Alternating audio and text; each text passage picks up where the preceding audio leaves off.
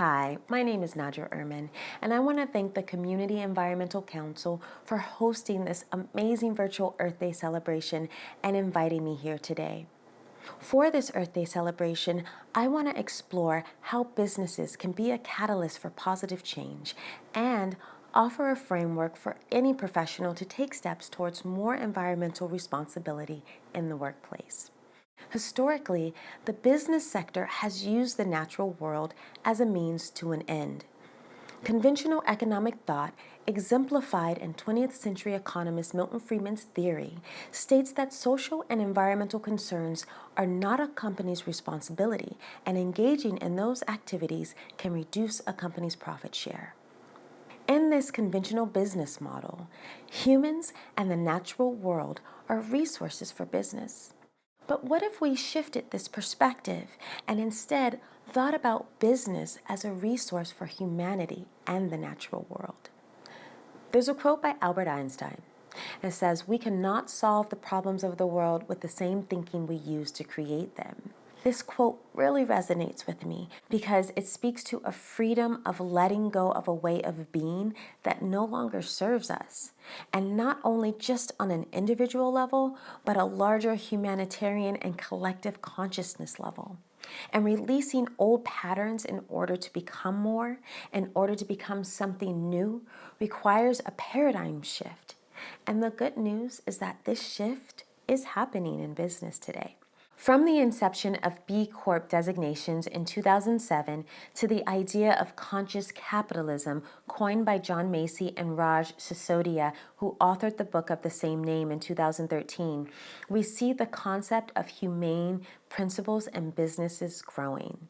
In recent years, we've seen an increase of CSR, corporate social responsibility, a concept where a business supports and engages in ethical community and environmental practices. There is also a rise of ESG, which stands for Environmental Social Governance, and it is an investment tool that applies to non-financial factors to help determine material risk and growth opportunities. According to a recent report, U.S. sustainable and impact investing trends show that sustainable investing assets now total $17.1 trillion, a 42% increase over 2018. That's huge. And a recent NASDAQ ESG reporting guide states that ESG is no longer purely ethical, but rather a financially motivated search for enlightened management, best practices, and long-term returns. And we know there are many businesses that are moving in this direction, focusing their efforts on environmental, social, and financial responsibility. A quintessential example of this is Patagonia, right here in our backyard. The company proudly states that they are in business to save the planet. And rightfully so. The fashion industry is the second biggest polluter in the world after oil. And Patagonia has worked to shift this paradigm for the last 47 years with recycled fibers, mainly organic raw materials, and a circular economy focus. Then there's the social enterprise Alafia that makes skin and hair care products based out of Togo, West Africa, with headquarters in Olympia, Washington. Alafia was started by Togo-born Oluwanjo Chala in 2003. This company is committed to sustainably sourced materials, empowering women cooperatives and collectives, as well as reinvesting back into local communities. I especially love this business because it exemplifies the self-determination of indigenous peoples and demonstrates how social and environmental responsibility go hand in hand. It's not either or, it's both. Duh. And I'm sure as I mention these, you can think of some of your favorite companies, and there are many more examples in the market. In fact, there was a recent article in the New York Times that stated more than 300 corporate executives called for President Biden to double his emission reduction targets. What? Corporations wanting regulation? This is just another example of how businesses can shift the paradigm and be a catalyst for positive change. And while we see this momentum growing, there are obstacles that can keep companies even the most well-intentioned, from dedicating efforts to environmental responsibility. Some may see the growing importance but not have proper systems in place, such as operations, employee-based knowledge, etc., to effectively move in this direction. Or there may not be a company culture that supports an environmental business model. Other times, organizations acknowledge that it's a good idea to be environmentally sound, but have outdated conventional perspectives that having a sustainable focus will be to a detriment of the bottom line. Okay, Milton Friedman, enough already. And then there's some companies that just don't care. But we're not going to talk about them right now. That's a topic for a whole nother conversation, and it will probably involve a lot of wine and expletives. But I digress. So how can companies overcome those obstacles to create an environmentally sustainable business model?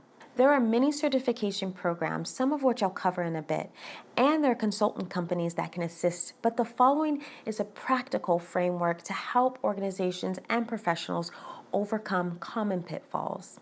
It consists of 3 main concepts or values and 2 key roles. The concepts and values are connection, passion, and metrics, and the key roles are entrepreneurs and entrepreneurs. So I'll explore the concepts and values, and then we'll talk about the roles.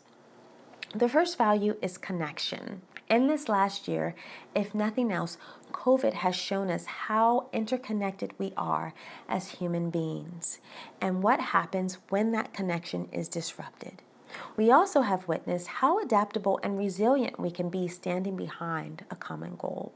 Building connection in an environmental business focus is about coming together for a common goal that serves a greater good, and building partnerships that address multiple functions.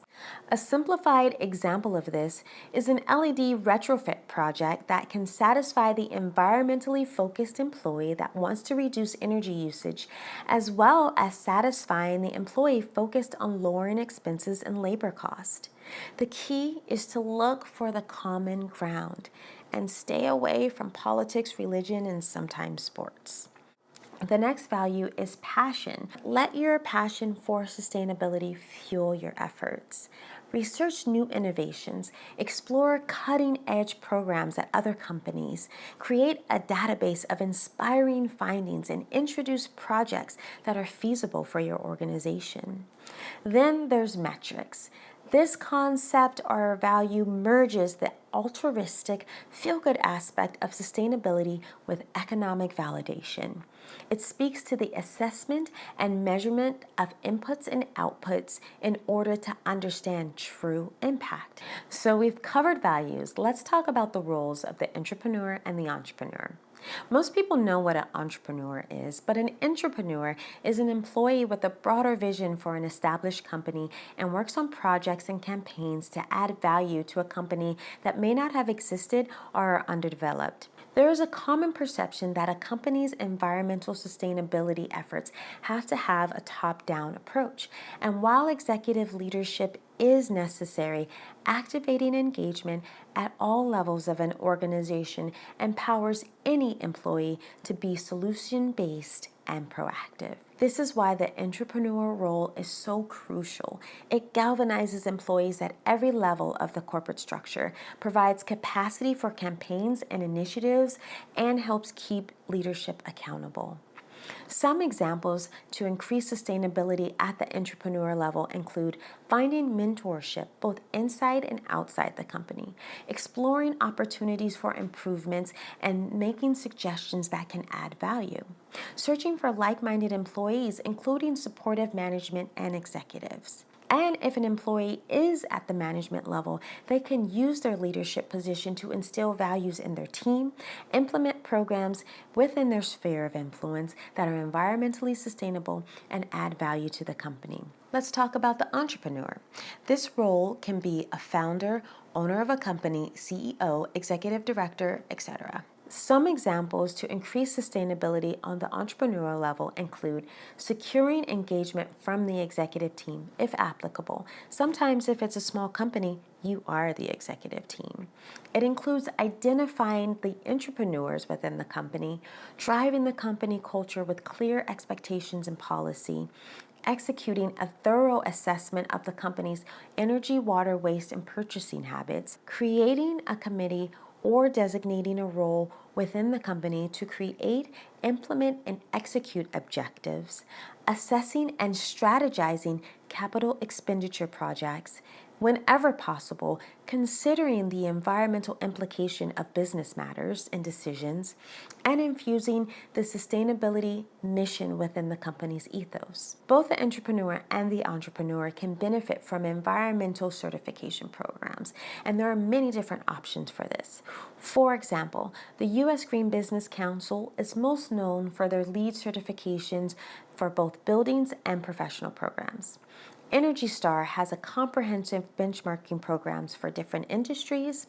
The California Green Business Network has certification programs throughout the state, of which the Santa Barbara Green Business Program is affiliated. And B Corp designations ensure a company's commitment to the triple bottom line, the environmental, social, and financial returns. And even our own Community Environmental Council recently created the Climate Stewardship Program.